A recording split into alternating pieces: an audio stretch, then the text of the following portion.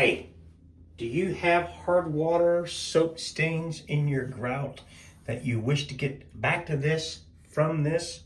Well, Active has sent us another deal, and it is a mold and stain remover. Now it's pretty simple. They want it dry, and that's what this is. And you can see the directions right there where it says that you put some on there. So we're going to take this right here, and we're going to take it, put it on, and then we're going to squeeze it right into it, just like so.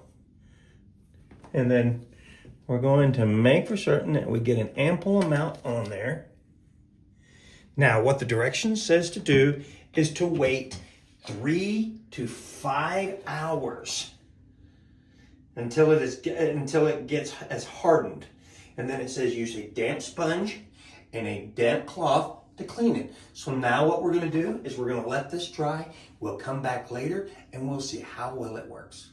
Okay, as you can see, it's all dry. Now it tells you to get a wet rag or something to be able to kind of scrub it out.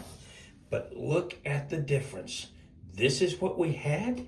This is what we have. It has actually cleaned that grout line out just great. So if you want to be able to clean all your grout lines and make it look like it did the day you got it, clean the mold out of your shower, anything like that, and get you some of this.